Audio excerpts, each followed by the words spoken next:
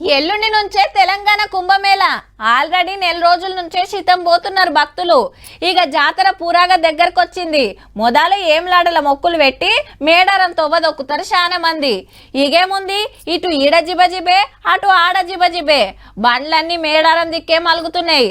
Traffic జాములు కాకుండా పోలీసులు తొవ్వ సాఫ్ చేస్తున్నారు ఎప్పటిదప్పుడు. కానీ అటు దేశం మీది బాజుకు కుంభమేళ కోతోళ్ళదే, చిన్న గోసగాదుల్లా.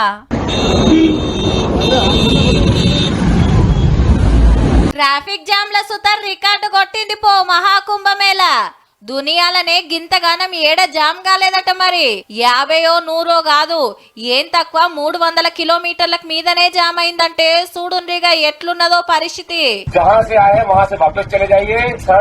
पूरी तरह से भर चुकी है। कटनी से प्रयागराज 300 से अधिक किलोमीटर दूर है। ఏడ్కెళ్ళొచ్చినోళ్ళు ఆడికి ఓన్రి పుణ్యతానాలకు ఓవుడు ఇప్పట్లో అయ్యే పని కాదని సాటింపేస్తున్నాడు. ఏ తొవ్వకు చూడు బండ్లన్నీ ఆపుకొని ఎయిటింగ్ చేస్తుండ్రు, ఇగబోదుమా అగబోదుమా అని.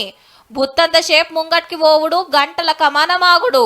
50 కిలోమీటర్లు పోనికే 12 గంటలు అంటే సగం దినం పడుతుందట. ముంగట్కి పోలేక వెనకకి రాలేక చిన్న గోస కాదు. రోడ్లు బ్రిడ్జిలు ఆ తొవ్వ ఈ తొవ్వ అని ఏం లేదు, అంతటా ఇదే కథ.